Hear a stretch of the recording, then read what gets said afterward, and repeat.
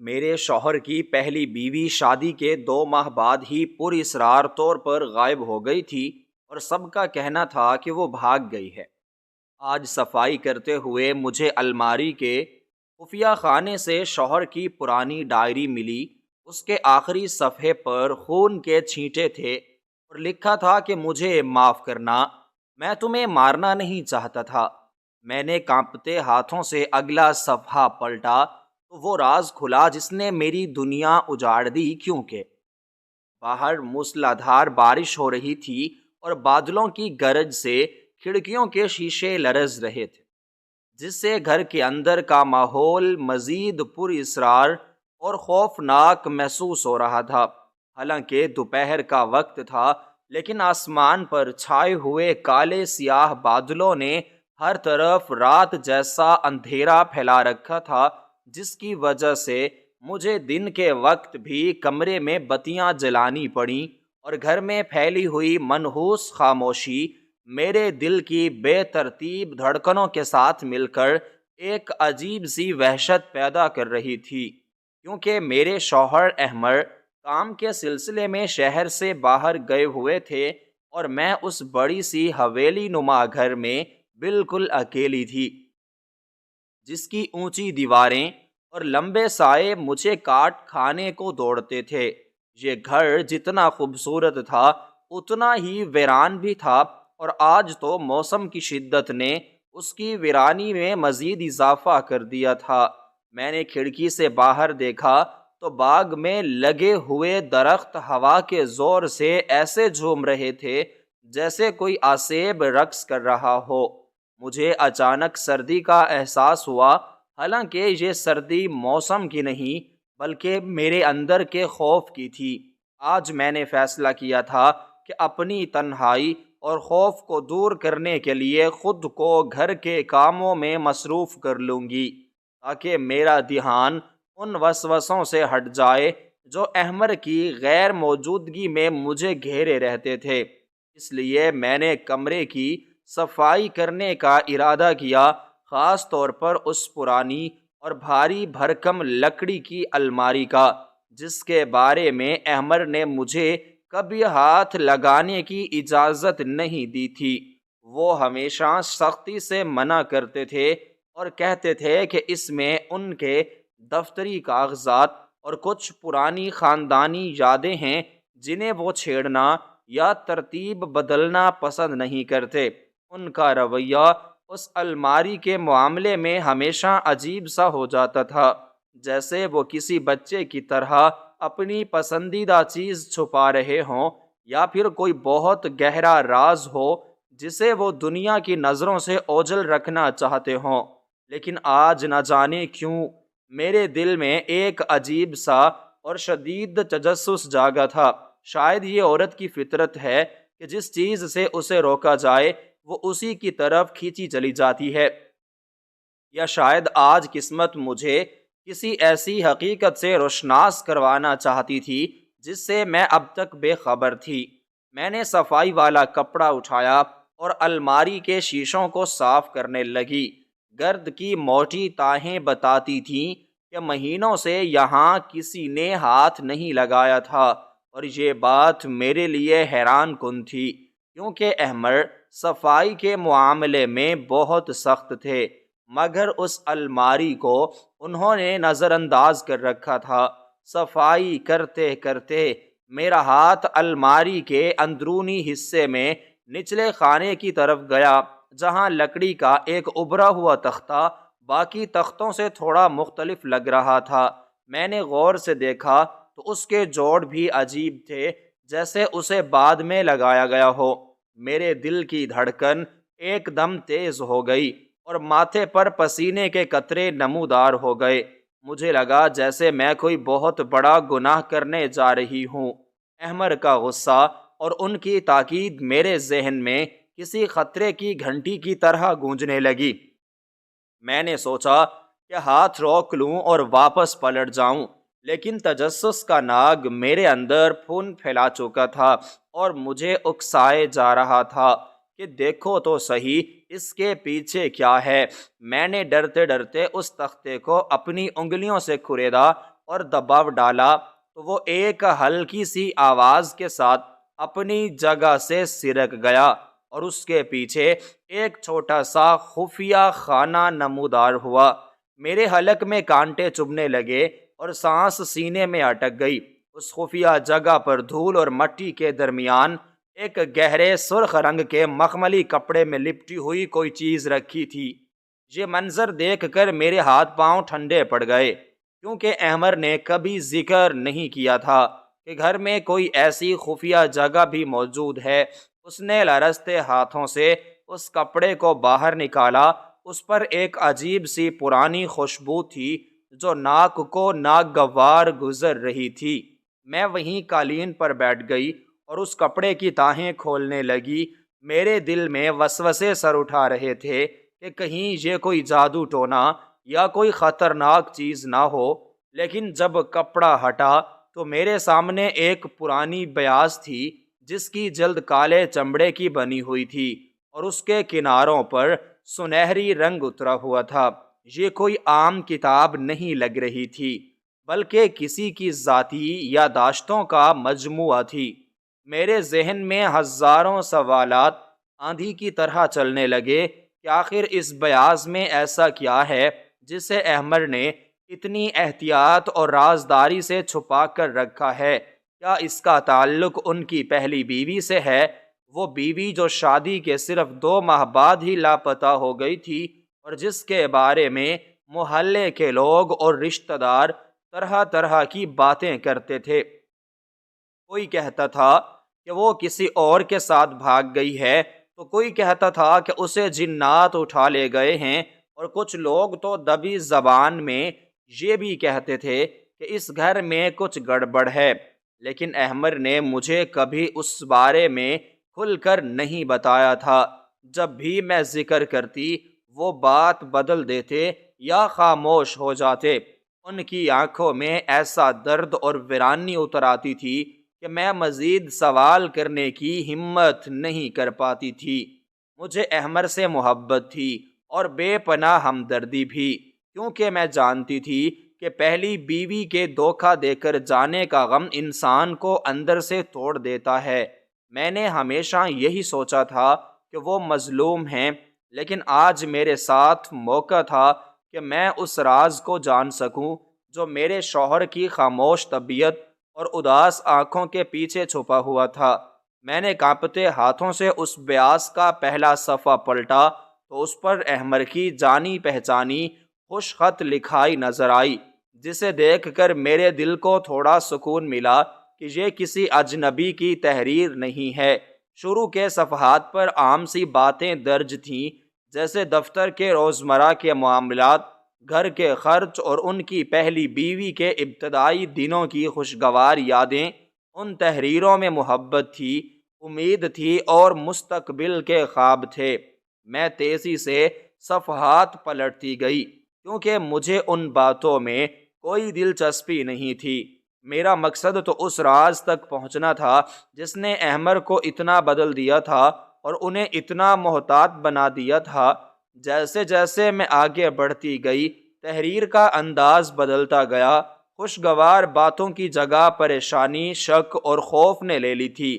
الفاظ میں ایک عجیب سی گھبراہٹ تھی۔ احمر نے جگہ جگہ لکھا تھا کہ وہ کچھ عجیب محسوس کر رہے ہیں اور انہیں لگتا ہے کہ کچھ غلط ہونے والا ہے۔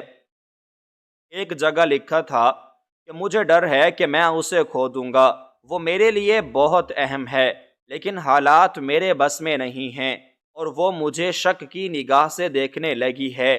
یہ پڑھ کر مجھے لگا کہ شاید پہلی بیوی بیمار تھی یا ان کے درمیان کوئی غلط فہمی اور جھگڑا چل رہا تھا۔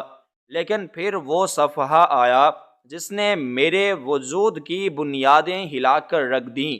یہ ڈائری کا آخری لکھا ہوا صفحہ تھا اور اس کے بعد باقی تمام صفحات کورے اور خالی تھے، اور اس صفحے کی حالت باقی صفحات سے بالکل مختلف تھی۔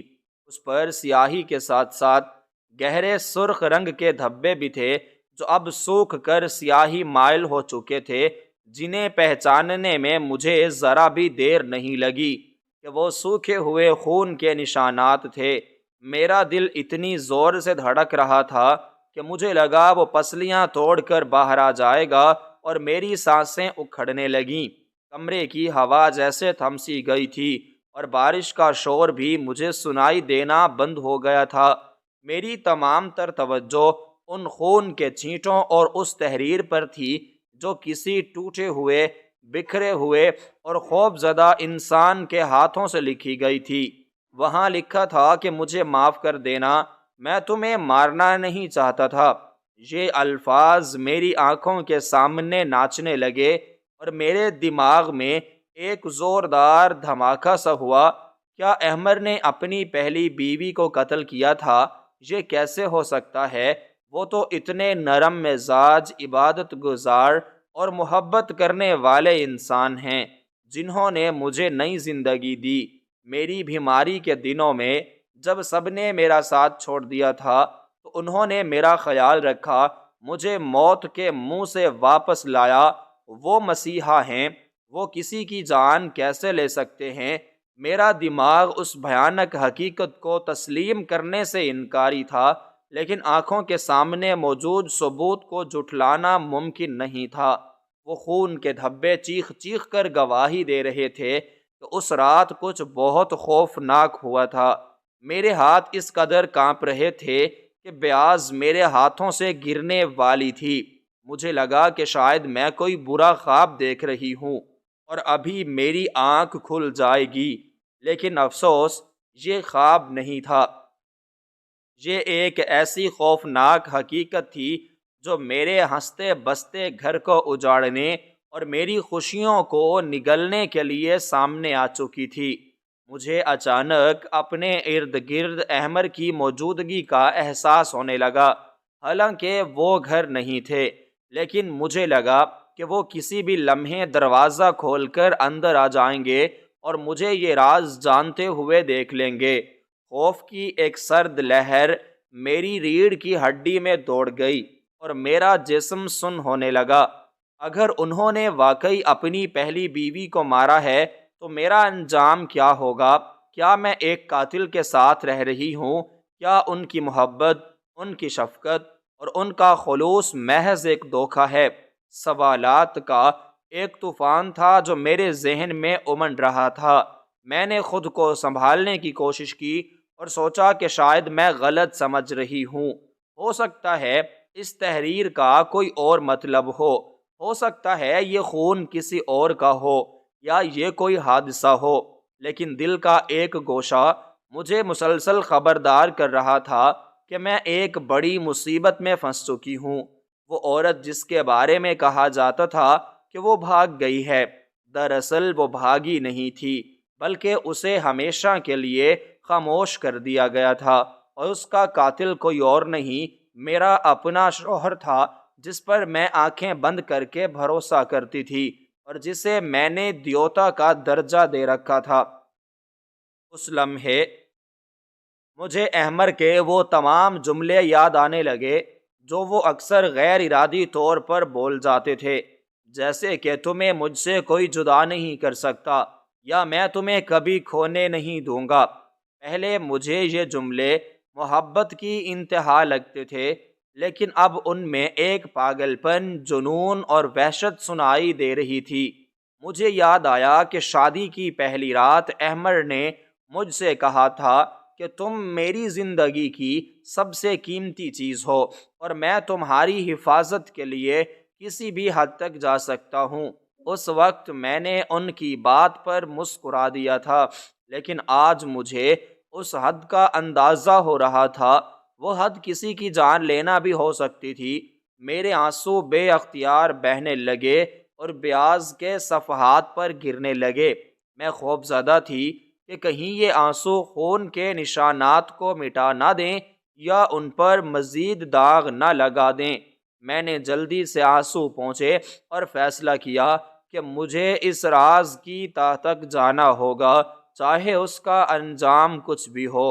مجھے جاننا تھا کہ اس رات آخر ہوا کیا تھا جب پہلی بیوی غائب ہوئی تھی۔ کیا واقعی اسے مار کر کہیں دفن کر دیا گیا تھا یا کہانی کچھ اور تھی؟ بیاض کے اگلے صفحے خالی تھے، لیکن ان صفحات میں بھی ایک عجیب سی داستان چھپی تھی، جیسے لکھنے والے کے پاس الفاظ ختم ہو گئے ہوں یا ہمت جواب دے گئی ہو۔ لیکن تبھی میری نظر اگلے صفحے کے کونے پر پڑی، جہاں دو کاغذ آپس میں چپکے ہوئے تھے، جیسے جلد بازی میں انہیں اکٹھا کر دیا گیا ہو یا ان کے درمیان کچھ چھپایا گیا ہو۔ گلویا گوند کی وجہ سے وہ سخت ہو چکے تھے۔ میں نے کانپتی انگلیوں سے ان صفحات کو الگ کرنے کی کوشش کی تو ایک ایسی چیز میرے سامنے آئی جس نے میرے رونگٹے کھڑے کر دیے۔ وہاں ایک تصویر اور ایک ہسپتال کی رپورٹ کا طے شدہ کاغذ موجود تھا۔ میں نے ابھی اسے پورا کھولا نہیں تھا، لیکن تصویر کا ایک حصہ نظر آ رہا تھا جس میں احمر کسی ہسپتال کے بستر پر لیٹی ہوئی عورت کے پاس کھڑے تھے، اور ان کے چہرے پر ایک عجیب سا تاثر تھا جو نہ غم کا تھا نہ خوشی کا، بلکہ ایک عجیب سے عزم اور جنون کا تھا، جیسے انہوں نے کوئی بہت بڑا معرکہ سر کر لیا ہو۔ مجھے لگا کہ اگر میں نے یہ صفحہ پلٹ کر وہ رپورٹ پڑھ لی اور تصویر پوری دیکھ لی تو میری دنیا ہمیشہ کے لیے بدل جائے گی، اور شاید میں کبھی واپس اس دنیا میں نہ لوٹ سکوں جو میں اب تک جی رہی تھی۔ باہر بجلی زور سے کڑکی اور کمرے کی بتی ایک لمحے کے لیے جل بجھ گئی، جس سے میرا دل اچھل کر حلق میں آ گیا۔ مجھے لگا جیسے الماری کے اندر سے کوئی مجھے دیکھ رہا ہے، یا اس کمرے میں اس مقتول عورت کی روح موجود ہے جو مجھ سے فریاد کر رہی ہے کہ میں اس کے قاتل کو بے نقاب کروں۔ میرا جسم خوف سے سن ہو رہا تھا، لیکن سچ جاننے کی خواہش خوف پر حاوی ہو رہی تھی۔ میں نے ایک لمبی سانس لی اور خود کو تیار کیا کہ جو بھی ہو میں سچ کا سامنا کروں گی، کیونکہ اب واپسی کا کوئی راستہ نہیں تھا۔ شک کی دیمک میرے سکون کو چاٹ چکی تھی۔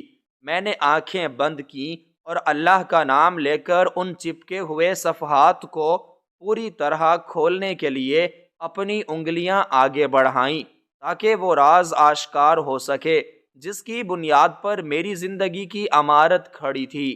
مگر میرے ہاتھ ہوا میں ہی معلق رہ گئے، کیونکہ اسی لمحے باہر پورچ میں گاڑی کے رکنے کی آواز آئی، اور پھر مرکزی دروازے کے بھاری لاک میں چابی گھومنے کی آواز سنائی دی۔ احمر واپس آ چکے تھے اور میں ہاتھ میں خونی ڈائری تھامے مجرموں کی طرح کانپ رہی تھی، اور میرے حواس پر ایک عجیب سی سن کر دینے والی کیفیت طاری ہو گئی تھی، کیونکہ میرے ہاتھ میں وہ خونی ثبوت موجود تھا جو میرے شوہر کی شرافت کو، نقاب کو نوچ رہا تھا، اور وہ خود دروازے کی دوسری طرف کو موجود تھے اور کسی بھی لمحے کمرے میں داخل ہو سکتے تھے۔ میرا دل چاہ رہا تھا کہ میں زمین میں گڑ جاؤں یا ہوا میں تحلیل ہو جاؤں تاکہ اس آنے والے طوفان کا سامنا نہ کرنا پڑے جو میری زندگی کو تاہوبالا کرنے والا تھا، مگر فرار کا کوئی راستہ نہیں تھا۔ وقت ریت کی طرح میرے ہاتھوں سے پھسل رہا تھا۔ میں نے ایک ہارے ہوئے جواری کی طرح ادھر ادھر دیکھا کہ اس منحوس بیاض کو کہاں چھپاؤں، کیونکہ الماری کا خفیہ خانہ بند کرنے کا وقت نہیں تھا، اور نہ ہی میں اتنی ہمت متجمع کر پا رہی تھی کہ دوبارہ اس خانے تک پہنچ سکوں۔ میرے دماغ نے کام کرنا چھوڑ دیا تھا، لیکن خوف کے عالم میں انسان کی بقا کی جبلت بیدار ہو جاتی ہے۔ سو میں نے اپنی لرزتی ہوئی ٹانگوں پر زور ڈالتے ہوئے صوفے کی طرف چھلانگ لگائی اور اس کے مخملی گدیلے کے نیچے اس خونی ڈائری کو ٹھونس دیا، اور خود وہیں قالین پر بیٹھ گئی اور پاس پڑا ہوا جھاڑن اٹھا کر صوفے کے پائے صاف کرنے لگی تاکہ ایسا لگے کہ میں صفائی میں مصروف ہوں۔ ابھی میں نے اپنی سانسیں بحال کرنے کی کوشش ہی کی تھی کہ کمرے کا دروازہ کھلا اور احمر اندر داخل ہوئے۔ ان کے کوٹ پر بارش کے قطرے چمک رہے تھے اور چہرے پر تھکاوٹ کے آثار تھے، لیکن ہونٹوں پر وہی دھیمی اور پرسکون مسکراہٹ تھی جسے دیکھ کر میں ہمیشہ اپنا ہر دکھ بھول جایا کرتی تھی، مگر آج وہ مسکراہٹ مجھے کسی زہریلے سانپ کی طرح ڈس رہی تھی۔ مجھے ان کے چہرے میں ایک قاتل کا عکس نظر آ رہا تھا، ایک ایسا شفاق انسان جو اپنی بیوی کو مار کر اطمینان سے مسکرا بھی سکتا ہے۔ انہوں نے اندر آتے ہی مجھے زمین پر بیٹھنے کو کہا۔ ان کی پیشانی پر تشویش کی لکیریں ابھر آئیں اور انہوں نے جلدی سے آگے بڑھ کر مجھے بازو سے پکڑ کر اٹھایا۔ ان کا لمس جو کبھی مجھے تحفظ کا احساس دلاتا تھا، آج مجھے انگاروں کی طرح جلا رہا تھا۔ مجھے لگا جیسے کسی نے میرے جسم پر ٹھنڈا پانی ڈال دیا ہو۔ میرا جی چاہا کہ چیخ کر ان کا ہاتھ جھٹک دوں اور پوچھوں کہ تمہارے ہاتھوں پر جو خون ہے وہ کہاں گیا، لیکن میں بے بس تھی کیونکہ ابھی میرے پاس مکمل ثبوت نہیں تھے، اور میں جانتی تھی کہ ایک غلط قدم میری جان لے سکتا ہے۔ احمر نے بڑے پیار سے پوچھا کہ تم نیچے کیوں بیٹھی ہو اور تمہارا رنگ اتنا زرد کیوں ہو رہا ہے؟ کیا تمہاری طبیعت ٹھیک ہے؟ ان کے لہجے میں اتنی اپنائیت اور فکر تھی کہ ایک لمحے کے لیے مجھے لگا کہ شاید میرا دماغ خراب ہو گیا ہے اور وہ ڈائری محض میرا وہم ہے، مگر صوفے کے گدیلے کے نیچے چھپی ہوئی وہ ٹھوس حقیقت مجھے بتا رہی تھی کہ یہ شخص جو میرے سامنے کھڑا ہے ایک بہترین اداکار ہے۔ میں نے ہکلاتے ہوئے جواب دیا کہ میں ٹھیک ہوں، بس صفائی کر رہی تھی اور شاید موسم کی وجہ سے سردی لگ رہی ہے۔ انہوں نے میری پیشانی پر ہاتھ رکھا تو میرا جسم ایک بار پھر کانپ اٹھا۔ انہوں نے مشکوک نظروں سے مجھے دیکھا اور کہا کہ تم کانپ رہی ہو اور میں تمہاری نبض بھی بہت تیز چل رہی ہے، تمہیں آرام کرنا چاہیے تھا۔ میں نے صفائی کا کیوں کہا؟ یہ میری غلطی تھی، کیونکہ احمر کی نظریں فوراً کمرے کا جائزہ لینے لگیں اور پھر ان کی نگاہ اس کھلی ہوئی الماری پر جا کر جم گئیں جسے میں بند کرنا بھول گئی تھی۔ الماری کا کھلا ہوا دروازہ اور صاف کیے ہوئے شیشے دیکھ کر ان کے چہرے کے تاثرات پل بھر میں بدل گئے۔ ان کی آنکھوں میں وہ نرمی غائب ہو گئی اور اس کی جگہ ایک عجیب سی سختی اور چوکنا پن آ گیا۔ انہوں نے میری طرف مڑ کر دیکھا اور ان کا لہجہ بھی بدل گیا۔ انہوں نے پوچھا کہ تم نے الماری کھولی تھی؟ میں نے تو تمہیں منع کیا تھا کہ میرے کاغذات کو مت چھیڑنا۔ میرے حلق میں کانٹے چبھنے لگے اور میں نے تھوک نگلتے ہوئے جھوٹ بولا کہ میں نے اندر سے کچھ نہیں چھیڑا، بس باہر سے شیشے صاف کیے تھے تاکہ گرد ہٹ جائے۔ وہ کچھ دیر خاموشی سے میری آنکھوں میں جھانکتے رہے، جیسے وہ میرے اندر کا سچ پڑھنے کی کوشش کر رہے ہوں۔ وہ چند سیکنڈ میرے لیے صدیوں پر محیط تھے۔ مجھے لگا کہ ابھی وہ صوفے کا گدیلا اٹھائیں گے اور سب کچھ سامنے آ جائے گا، لیکن پھر انہوں نے گہری سانس لی اور الماری کی طرف بڑھ گئے۔ انہوں نے الماری کا دروازہ بند کیا اور اسے لاک کر دیا، پھر چابی اپنی جیب میں ڈال لی۔ اس دوران ان کی کمر میری طرف تھی اور میں دیکھ سکتی تھی کہ ان کے کندھے تناؤ کا شکار تھے، جیسے وہ کسی بات پر بہت زیادہ محتاط ہو گئے ہوں۔ انہوں نے مڑ کر مجھے دیکھا اور کہا کہ آئندہ اس الماری کے قریب مت جانا، اس میں کچھ ضروری کیمیکلز کے فارمولے ہیں جو خطرناک ہو سکتے ہیں۔ ان کا یہ جھوٹ کتنا بودا تھا یہ میں جانتی تھی، کیونکہ میں نے وہاں کوئی کیمیکل نہیں بلکہ ایک خونی داستان دیکھی تھی، لیکن میں نے سر ہلا دیا تھا کہ وہ مطمئن ہو جائیں۔ پھر وہ کپڑے بدلنے کے لیے باتھ روم چلے گئے اور مجھے کچھ لمحوں کی اور مہلت مل گئی۔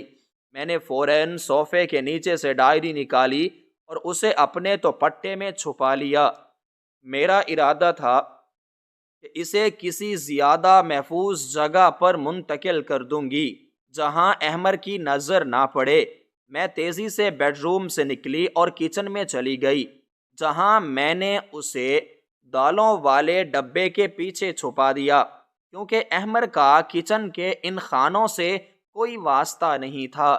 رات کا وقت کسی عذاب کی طرح مجھ پر مسلط ہو گیا تھا۔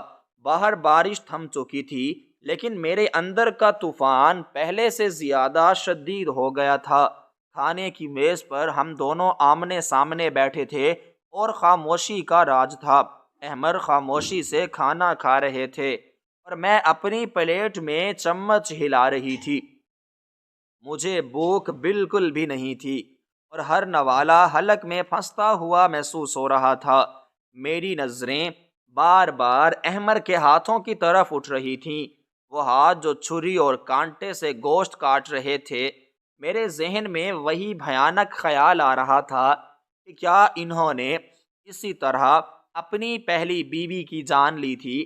کیا اس کے جسم کو بھی اسی بے رحمی سے کاٹا گیا تھا؟ مجھے متلی ہونے لگی اور میں نے بامشکل خود کو سنبھالا۔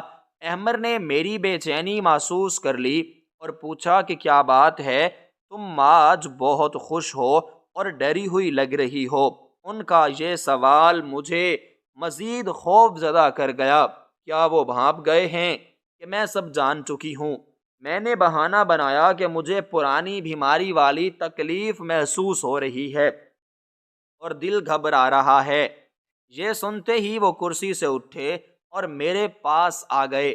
انہوں نے میری نبض چیک کی اور پھر اپنی میڈیکل کٹ سے دوا نکال کر دی۔ وہ ایک ڈاکٹر تھے اور ان کا یہ روز کا کام تھا، لیکن آج ان کی مسیحائی مجھے کسی شکاری کا جال لگ رہی تھی۔ مجھے یاد آیا کہ شادی سے پہلے میں دل کے عارضے میں مبتلا تھی اور ڈاکٹروں نے جواب دے دیا تھا۔ پھر اچانک احمر میری زندگی میں آئے، انہوں نے میرا علاج کیا اور پھر مجھے ڈونر مل گیا، جس کے بعد میری جان بچ گئی اور پھر انہوں نے مجھ سے شادی کر لی۔ سب کہتے تھے کہ میں بہت خوش قسمت ہوں کہ مجھے احمر جیسا فرشتہ صفت شوہر ملا، لیکن مجھے لگ رہا تھا کہ یہ سب اتنا سادہ نہیں ہے جتنا نظر آتا ہے۔ ڈائری میں لکھی وہ بات کہ میں تمہیں مارنا نہیں چاہتا تھا بار بار میرے ذہن میں گونج رہی تھی۔ کیا وہ پہلی بیوی میری زندگی کی قیمت تھی؟ کیا میری سانسیں کسی اور کے خون کی قرض دار تھی؟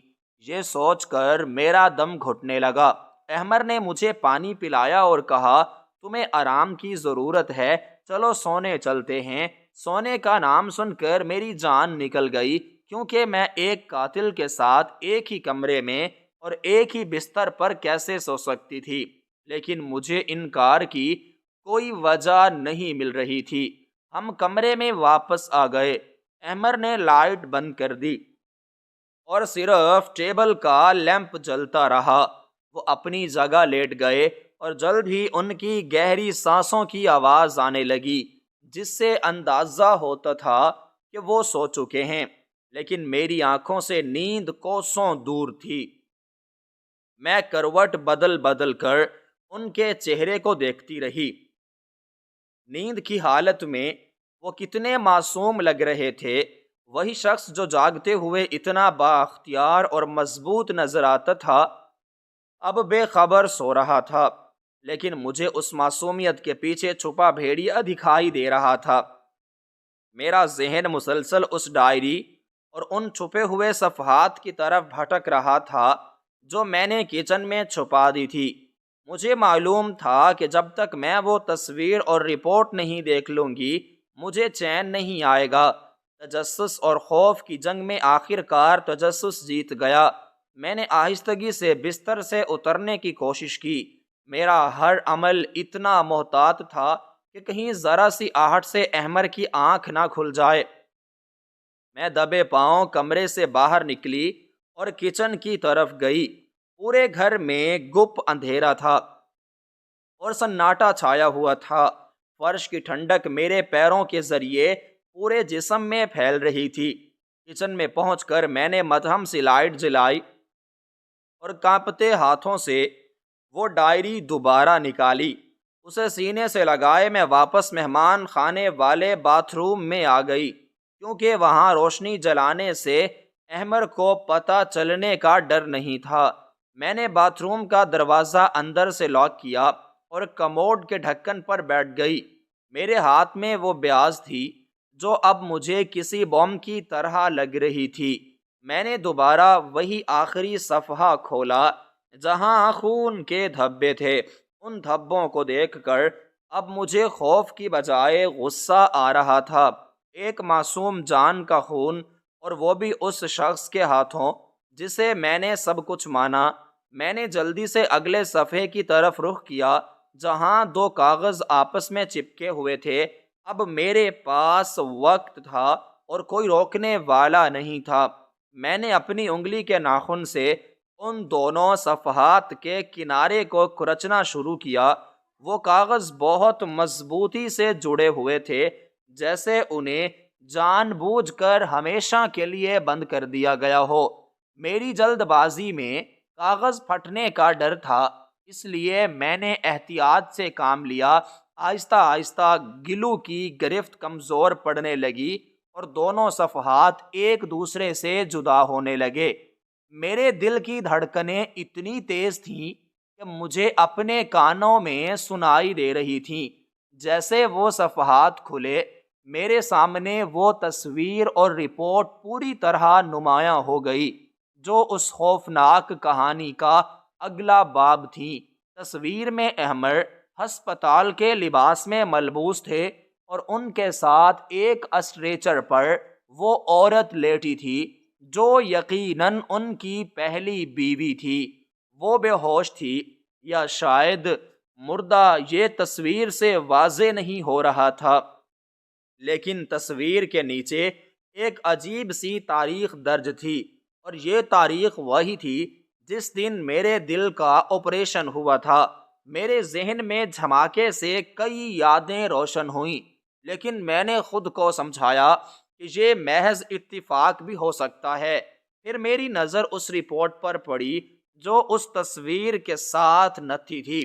وہ کسی عام ہسپتال کی رپورٹ نہیں تھی، بلکہ ایک ذاتی لیبارٹری کی رپورٹ تھی، جس کے اوپر بڑے بڑے حروف میں لکھا تھا ٹرانسپلانٹ اور ڈونر کی رضامندی کا فارم۔ لیکن جو چیز سب سے زیادہ ہولناک تھی وہ اس فارم پر کیے گئے دستخط تھے۔ وہ دستخط کسی رضامند انسان کے نہیں لگ رہے تھے، بلکہ ایسے لگ رہے تھے جیسے کسی سے زبردستی یا بے ہوشی کے عالم میں انگوٹھا لگوایا گیا ہو، کیونکہ سیاہی پھیلی ہوئی تھی اور ترتیب بگڑی ہوئی تھی۔ اس کے نیچے احمر کے ہاتھ سے لکھا ایک نوٹ تھا جس نے میرے پیروں تلے سے زمین کھینچ لی۔ وہاں لکھا تھا کہ میچ مکمل ہے اور مزید انتظار نہیں کیا جا سکتا۔ اسے قربانی دینی ہوگی کیونکہ میری محبت مر نہیں سکتی۔ میں اس تحریر کو بار بار پڑھ رہی تھی تاکہ اس کا کوئی اور مطلب نکال سکوں، لیکن الفاظ صرف واضح تھے۔ میری محبت سے مراد یقیناً میں تھی، اور قربانی دینے والی وہ بدقسمت عورت تھی جسے میری زندگی بچانے کے لیے بھینٹ چڑھا دیا گیا تھا۔ مجھے اب سمجھ آ رہا تھا کہ احمر مجھ سے اتنی جنونی محبت کیوں کرتے ہیں، کیونکہ میں ان کے گناہ کا زندہ ثبوت تھی۔ میں وہ مزار تھی جس میں ان کی پہلی بیوی کا دل دفن تھا۔ مجھے شدید گھٹن ہونے لگی اور مجھے لگا کہ میں کیا کر دوں گی۔ مجھے اپنے جسم سے گھن آنے لگی، خاص طور پر اپنے سینے سے جہاں ایک مقتولہ کا دل دھڑک رہا تھا۔ میں نے اپنا ہاتھ سینے پر رکھا تو مجھے ایسا لگا جیسے وہ دل زور زور سے دھڑک کر مجھ سے کہہ رہا ہے۔ شاید وہ اپنی مالکن کا بدلہ مانگ رہا تھا، یا شاید وہ اس قاتل کے قریب ہونے پر خوف زدہ تھا۔ ابھی میں اس صدمے سے پوری طرح نکل بھی نہیں پائی تھی کہ مجھے باتھ روم کے دروازے کے ہینڈل کے ہلنے کی آواز آئی۔ کوئی باہر کھڑا تھا اور دروازے کو کھولنے کی کوشش کر رہا تھا۔ میری سانسیں رک گئیں اور خون رگوں میں جم گیا۔ کیا احمر جاگ گئے تھے؟ کیا انہیں پتہ چل گیا تھا کہ میں کہاں ہوں؟ میں نے جلدی سے ڈائری کو اپنے کپڑوں میں چھپایا اور خود کو سنبھالنے کی کوشش کی۔ باہر سے احمر کی آواز آئی جو بہت بھاری اور سنجیدہ تھی۔ انہوں نے میرا نام پوچھا اور پکارا، تم اندر ہو؟ اتنی رات گئے کیا کر رہی ہو؟ ان کی آواز میں اب وہ نرمی نہیں تھی بلکہ ایک حکم اور سختی تھی جس نے مجھے یقین دلایا کہ اب کھیل ختم ہونے والا ہے۔ میں نے کانپتی ہوئی آواز میں جواب دیا، میں بس واش روم میں ہوں، ابھی آ رہی ہوں۔ میں نے فلش چلایا تاکہ انہیں یقین آ جائے اور پھر ٹھنڈے پانی سے منہ دھویا تاکہ میرے چہرے کی ہوائیاں اڑتی ہوئی نظر نہ آئیں۔ میں نے آئینے میں اپنا چہرہ دیکھا جو بالکل سفید پڑ چکا تھا اور آنکھوں کے خوف کے سائے لہرا رہے تھے۔ مجھے اب باہر جانا تھا، اس شخص کا سامنا کرنا تھا جو میرا مسیحا بھی تھا اور ایک سفاک قاتل بھی۔ میں نے دروازہ کھولا تو احمر بالکل سامنے کھڑے تھے۔ ان کا قد مجھ پر سایہ فگن تھا، ان کی نظریں سیدھی میری آنکھوں میں گڑی ہوئی تھیں جیسے وہ میری روح تک کو سکین کر رہے ہوں۔ انہوں نے میرے ہاتھوں کی طرف دیکھا جو میں نے پیچھے چھپائے ہوئے تھے اور پھر میری آنکھوں میں دیکھ کر ایک ایسا سوال کیا جس نے میرے وجود کو لرزا دیا۔ انہوں نے پوچھا کہ تم نے وہ ڈائری کہاں چھپائی ہے؟ میں انکار کر سکتی تھی، میں بہانہ بنا سکتی تھی، لیکن ان کی آنکھوں میں دیکھ کر مجھے اندازہ ہو گیا کہ وہ سب جانتے ہیں۔ انہیں معلوم تھا کہ میں نے الماری کھولی تھی اور انہیں یہ بھی معلوم تھا کہ میں نے ڈائری غائب کی ہے۔ اب جھوٹ بولنے کی کوئی گنجائش نہیں بچی تھی۔ کمرے کا ماحول انتہائی کشادہ ہو گیا تھا اور ہم دونوں کے درمیان خاموشی کسی طوفان کا پیش خیمہ تھی۔ میں دیوار کے ساتھ لگ گئی اور میرے پاس بھاگنے کا کوئی راستہ نہیں تھا۔ احمر نے آہستہ آہستہ میری طرف قدم بڑھایا اور ان کے چہرے پر ایک ایسی جنونی کیفیت تھی جو میں نے پہلے کبھی نہیں دیکھی تھی۔ انہوں نے سرگوشی کے انداز میں کہا کہ میں نے تمہیں منع کیا تھا کہ اس ماضی کو مت کریدنا، تم نے میری بات کیوں نہیں مانی؟ اب جو کچھ بھی ہوگا اس کی ذمہ دار تم خود ہوگی۔ ان کے لہجے میں دھمکی تھی یا افسوس، یہ فیصلہ کرنا مشکل تھا، لیکن یہ بات طے تھی کہ اب وہ نقاب اتر چکا تھا جو انہوں نے اتنے سالوں سے پہن رکھا تھا۔ میں نے ہمت جمع کی اور پوچھا کہ تم نے اسے کیوں مارا؟ کیا میری زندگی اتنی اہم تھی کہ تم نے ایک ہستی بستی انسان کو ختم کر دیا؟ احمد رک گئے اور ان کے چہرے پر ایک درد بھری مسکراہٹ آ گئی۔ انہوں نے کہا کہ تمہیں کیا لگتا ہے یہ سب آسان تھا میرے لیے؟ ہر رات مجھے اس کا چہرہ نظر آتا ہے، لیکن جب میں تمہیں زندہ دیکھتا ہوں تو مجھے لگتا ہے کہ یہ سودا مہنگا نہیں تھا۔ تم میری زندگی ہو اور زندگی کے لیے انسان کچھ بھی کر سکتا ہے۔ ان کا یہ اعتراف میری امید کی آخری کرن کو بجھا گیا۔ وہ پچھتا نہیں رہے تھے بلکہ اپنے جرم کا جواز پیش کر رہے تھے۔ یہ ایک نفسیاتی مریض کی منطق تھی جسے صرف اپنا مقصد عزیز تھا۔ میں نے ڈائری نکال کر ان کے سامنے کر دی اور کہا کہ یہ لو اپنی ڈائری اور مجھے جانے دو، میں ایک قاتل کے ساتھ نہیں رہ سکتی۔ احمر نے ڈائری میرے ہاتھ سے لی اور اسے دیکھے بغیر ایک طرف پھینک دیا۔ پھر انہوں نے میرا ہاتھ پکڑ لیا اور کہا کہ تم کہیں نہیں جا رہی، تم یہیں رہو گی میرے ساتھ اور اس راز کے ساتھ، کیونکہ اب تم اس جرم میں میری برابر کی شریک ہو۔ تم اسی دل کے سہارے زندہ ہو جو میں نے تمہیں دیا ہے۔ اگر میں قاتل ہوں تو تم اس قتل کی مستفید ہو۔ ہم دونوں ایک دوسرے سے بندھے ہوئے ہیں۔ ان کی یہ بات سن کر میرے دل پر ہتھوڑے کی طرح لگی۔ کیا واقعی میں بھی گناہ گار ہوں؟ کیا انجانے میں کیا گیا گناہ بھی جرم ہوتا ہے؟ میں نے اپنا ہاتھ چھڑانے کی کوشش کی لیکن ان کی گرفت بہت مضبوط تھی۔ تبھی اچانک بجلی چلی گئی اور پورا گھر گپ اندھیرے میں ڈوب گیا۔ اس اندھیرے نے خوف کو مزید بڑھا دیا۔ مجھے احمر کی بھاری سانسیں اپنے چہرے کے قریب محسوس ہو رہی تھیں اور ان کی گرفت میرے بازو پر سخت ہوتی جا رہی تھی۔ مجھے لگا کہ شاید یہ میری زندگی کی آخری رات ہے، لیکن پھر اندھیرے میں مجھے وہ رپورٹ یاد آئی جو میں نے ابھی پڑھی تھی، اور اس میں ایک اور بات بھی لکھی تھی جسے میں نے خوف کی وجہ سے نظر انداز کر دیا تھا۔ وہاں نیچے ایک چھوٹا سا نوٹ اور تھا جس پر کسی اور کے دستخط تھے، اور وہ دستخط احمر کے والد کے تھے۔ یعنی یہ صرف احمر کا منصوبہ نہیں تھا، بلکہ پورا خاندان اس سازش میں شامل تھا۔ یہ انکشاف میرے لیے مزید دھچکا تھا، لیکن اس وقت مجھے اپنی جان بچانی تھی۔ میں نے اندھیرے کا فائدہ اٹھاتے ہوئے احمر کے پاؤں پر زور سے اپنا پاؤں مارا، اور انہوں نے تکلیف سے میرا ہاتھ ڈھیلا چھوڑ دیا۔ میں موقع ملتے ہی اندھیرے میں بھاگی اور سیدھا اپنے کمرے کی طرف گئی جہاں میرا فون پڑا تھا۔ مجھے کسی کو مدد کے لیے بلانا تھا یا پولیس کو فون کرنا تھا۔ میں جانتی تھی کہ اس گھر سے نکلنا اتنا آسان نہیں ہوگا، کیونکہ باہر کے دروازے لاک تھے اور چابیاں احمر کے پاس تھیں۔ میں کمرے میں پہنچی اور جلدی سے دروازہ لاک کر دیا۔ میرا دل بری طرح دھڑک رہا تھا اور میں ہانپ رہی تھی۔ میں نے اندھیرے میں ٹٹول کر فون ڈھونڈا، لیکن جیسے ہی میں نے سکرین آن کی تو دیکھا کہ سگنل غائب ہیں۔ شاید بارش کی وجہ سے، یا شاید احمر نے کوئی جیمر لگا رکھا تھا۔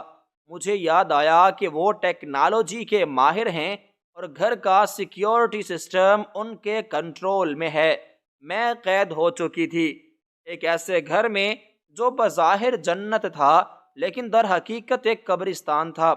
باہر دروازے پر احمر کے بھاری قدموں کی آواز اور ان کے جسم کا دباؤ لکڑی کے تختوں کو چٹک رہا تھا۔ میں کمرے کے کونے میں دبکی ہوئی موت کے انتظار میں اپنی سانسیں گن رہی تھی، کیونکہ مجھے یقین ہو چلا تھا کہ آج کی رات میری زندگی کی آخری رات ہے، اور وہ شخص جسے میں نے اپنا محافظ سمجھا تھا وہی اب میرا شکاری بن چکا ہے۔ موبائل کے سگنل نہ ہونے کی وجہ سے میرا رابطہ دنیا سے کٹ چکا تھا، اور اب میرا واحد سہارا صرف وہ ذات تھی جو اندھیروں میں بھی اپنے بندوں کی حفاظت کرتی ہے۔ میں نے لرزتے ہونٹوں سے دعائیں مانگنا شروع کر دیں اور اپنے رب سے پناہ مانگنے لگی۔ دروازے کی چٹکی آہستہ آہستہ ڈھیلی پڑ رہی تھی اور باہر سے احمر کی آوازیں آ رہی تھیں جو اب جنونی نہیں بلکہ انتہائی سرد اور سپاٹ تھیں۔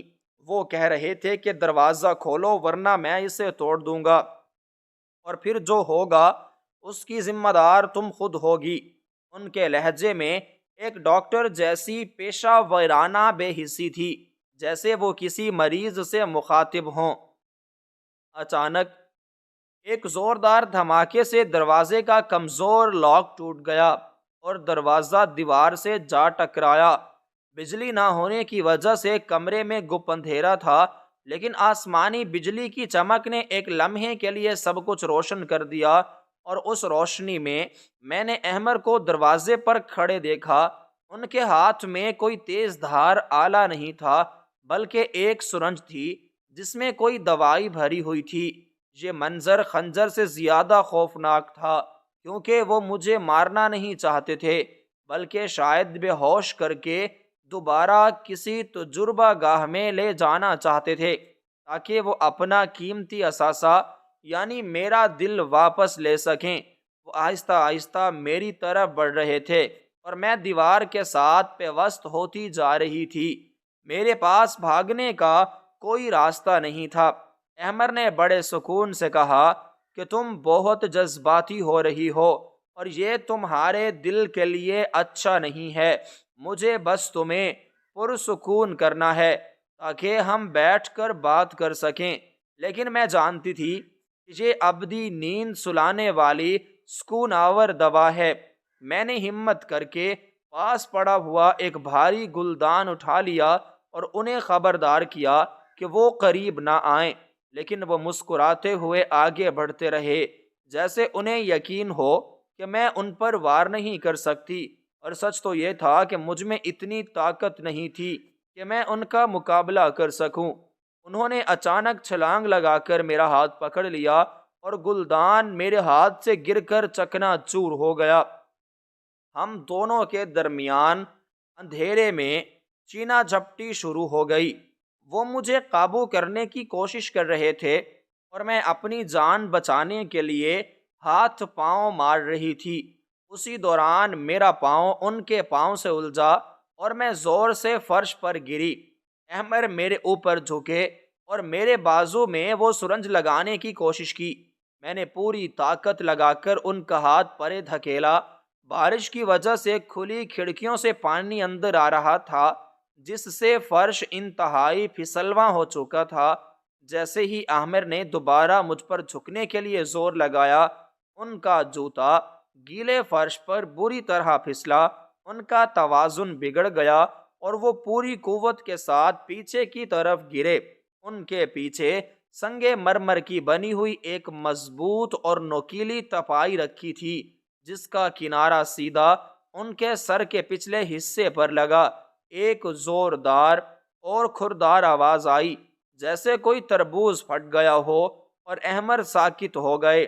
کمرے میں موت جیسی خاموشی چھا گئی۔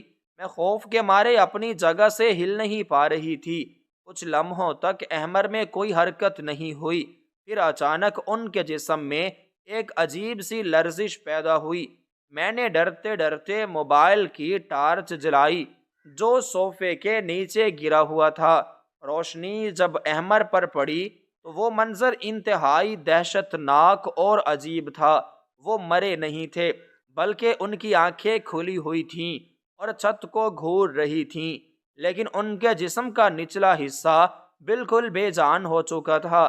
سر پر لگنے والی چوٹ نے شاید ان کے دماغ کے کسی اہم حصے کو متاثر کیا، یا ریڑھ کی ہڈی ٹوٹ گئی تھی۔ خون تیزی سے قالین پر پھیل رہا تھا، لیکن جو چیز سب سے زیادہ عجیب اور دل دہلا دینے والی تھی وہ ان کا رویہ تھا۔ موت کے اس دہانے پر بھی ان کے چہرے پر تکلیف کی بجائے ایک جنونی مسکراہٹ تھی۔ انہوں نے اپنی لڑکھڑاتی ہوئی زبان سے کچھ کہنے کی کوشش کی جو کانپتے ہوئے ان کے قریب گئی، تو وہ میری طرف نہیں دیکھ رہے تھے، بلکہ ان کی نظریں میرے سینے پر جمی ہوئی تھیں۔ انہوں نے ٹوٹے ہوئے الفاظ میں کہا، یہ ابھی بھی دھڑک رہا ہے، یہ میرا شاہکار ہے۔ ان کا ہاتھ آہستہ آہستہ اٹھا اور میرے دل کی طرف بڑھا، لیکن راستے میں ہی گر گیا۔ ان کی آنکھوں میں پچھتاوا نہیں تھا، بلکہ ایک عجیب سی سائنسی تشفی تھی، جیسے ایک سائنسدان اپنے کامیاب تجربے کو دیکھتے ہوئے دم توڑ دے۔ وہ آخری وقت تک اپنی بیوی یا میرے بارے میں نہیں، بلکہ صرف اس عضو کے بارے میں سوچ رہے تھے جو انہوں نے چوری کیا تھا۔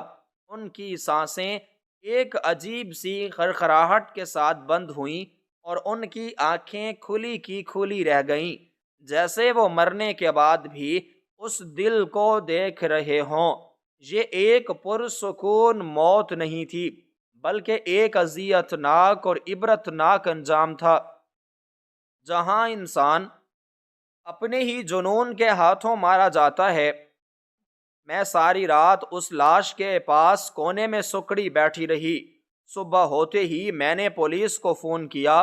پولیس کی تفتیش اور میڈیکل رپورٹ میں یہ ثابت ہو گیا کہ احمر کی موت حادثاتی تھی، لیکن گھر سے ملنے والی ڈائری اور باغیچے سے ملنے والی پہلی بیوی کی ہڈیوں نے احمر کو مجرم ثابت کر دیا۔ احمر کے والدین کو بھی گرفتار کر لیا گیا، جنہوں نے اعتراف کیا کہ جائیداد اور جھوٹی عزت بچانے کے لیے انہوں نے اپنے بیٹے کا ساتھ دیا تھا۔ یہ کیس میڈیا میں بہت اچھلا اور ہر کوئی اس ڈاکٹر کی شفافیت پر دنگ رہ گیا جس نے مسیحائی کے لبادے میں درندگی کا کھیل کھیلا تھا۔ مجھے اس گھر اور اس رشتے سے رہائی تو مل گئی، لیکن میرے سینے میں دھڑکنے والا دل اب میرے لیے زندگی کی علامت نہیں بلکہ ایک بوجھ بن چکا تھا۔ یہ دل مجھے ہر پل اس معصوم جان کی یاد دلاتا تھا جسے میری خاطر قربان کیا گیا۔ میں نے ورثے میں ملنے والی تمام دولت فلاحی اداروں کو دے دی، لیکن سکون مجھے تب بھی نہیں ملا۔ لوگ کہتے ہیں کہ وقت ہر زخم بھر دیتا ہے، لیکن کچھ زخم ایسے ہوتے ہیں جو روح پر لگتے ہیں اور وہ کبھی نہیں بھرتے۔ اس واقعے نے مجھے اور دنیا کو یہ سبق دیا کہ انسان کبھی خدا نہیں بن سکتا۔ ہم سائنس اور ترقی کے نام پر قدرت کے نظام میں دخل اندازی تو کر سکتے ہیں، لیکن اس کا خمیازہ ہمیں بھگتنا پڑتا ہے۔ احمر نے سمجھا تھا کہ وہ ایک جان کو لے کر دوسری جان بچا سکتا ہے اور کوئی اسے نہیں پکڑے گا، لیکن قدرت کی عدالت میں کوئی گواہ چھپ نہیں سکتا۔ وہاں انصاف ہوتا ہے اور ضرور ہوتا ہے۔ حرام راستے سے حاصل کی گئی زندگی یا خوشی کبھی راس نہیں آتی، بلکہ وہ آپ کے گلے کا پھندا بن جاتی ہے، جیسے احمر کا جنون اس کی موت کا سبب بنا۔ آج میں زندہ ضرور ہوں، لیکن یہ زندگی ایک قرض ہے، اور میں ہر سانس اس دعا کے ساتھ لیتی ہوں کہ اللہ مجھے اور ہم سب کو ایسے جنون اور خود غرضی سے بچائے جو ہمیں انسان سے درندہ بنا دیتی ہے۔ سچ تو یہ ہے کہ دوسروں کا حق مار کر حاصل کی گئی کامیابی دراصل ناکامی کا پہلا ذرینہ ہوتی ہے، اور ظلم کی عمارت جتنی بھی اونچی ہو جائے وہ گرتی ضرور ہے، اور جب گرتی ہے تو اپنے بنانے والے کو بھی ملبے تلے دبا دیتی ہے۔